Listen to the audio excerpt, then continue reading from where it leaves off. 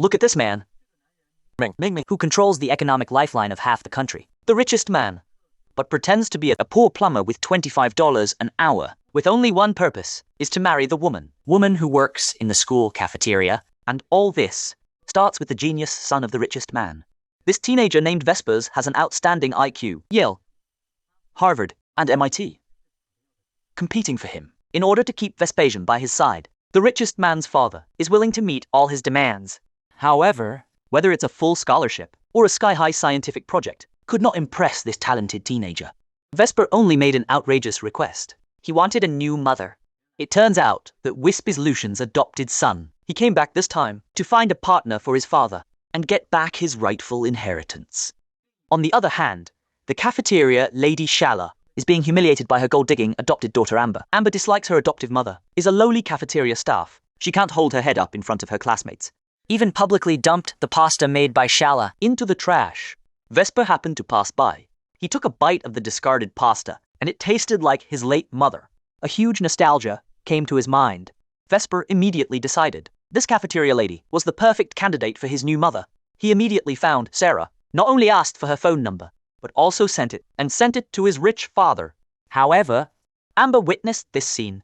She took Wisp as a poor boy like her foster mother, a poor boy who had never seen the world, and mocked and despised him. Vesper just coldly warned her that one day he would regret not cherishing his mother. Sure enough, Amber stole Shala away, all the rent and living expenses she had, which made her evicted by the landlord, homeless. Just when Sarah was most desperate, she received an invitation from a strange man. And this man is the billionaire who, disguised as a plumber, Lucian, wanted to satisfy his son and to experience the life of ordinary people. Lucian wore the cheapest clothes the butler found, costing less than $100,000.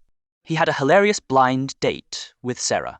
He claimed to be a plumber with $25 per hour and rented a house. And Sarah also confessed her embarrassing situation. Two people who were equally poor but desired stability. They hit it off. To give his son an explanation, Lucian actually proposed to Shala on their first date. Proposed to her on the first date. Thus, two middle-aged people from the bottom quickly got married to hide his identity.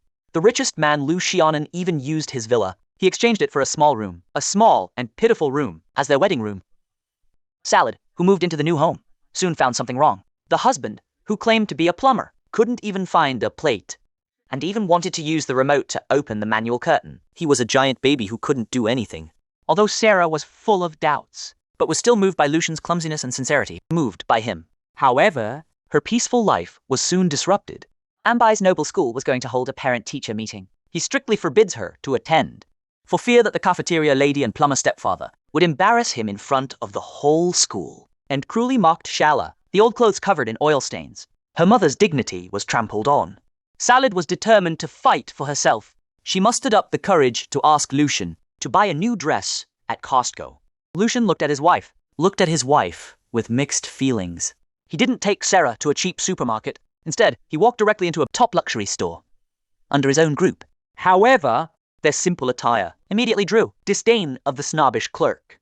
The clerk regarded them as poor people in the wrong place, and their words were full of insults, saying that a $500,000 dress, even if Lucian was sold to a clinic as an organ donor, they couldn't afford, urging them to get out quickly, to avoid the smell of nursing home, stain the expensive clothes. Just as Sarah was about to take her husband away, Lucian was completely angry. He slowly took out a black card. The clerk took a closer look and was stunned. It turned out to be the black card of Blackthorn Group. Only top clients with annual income over 1 million. Top customers can have it. But he immediately decided it was fake and continued to yell at them. Just then, the store manager came over. When he saw Lucian's face, he was terrified and wanted to kneel down. He never thought. The old man who was humiliated as a beggar by the staff was the founder of the group, controlled half of the country, GDP of Deluxian, Blake Thorne himself. The manager immediately ordered the store closed and packed all the clothes Sarah had tried on, packed them all, for free, hoping the richest man would calm down. The arrogant clerk finally learned the true identity of Lucian and was scared to death and was fired on the spot. Seeing the magical scene in front of her, Sarah was completely confused. She asked who Lucian was exactly, why the store was so afraid of them. Lucian lightly explained, with a group customer service and strict policy reasons, to get away with it.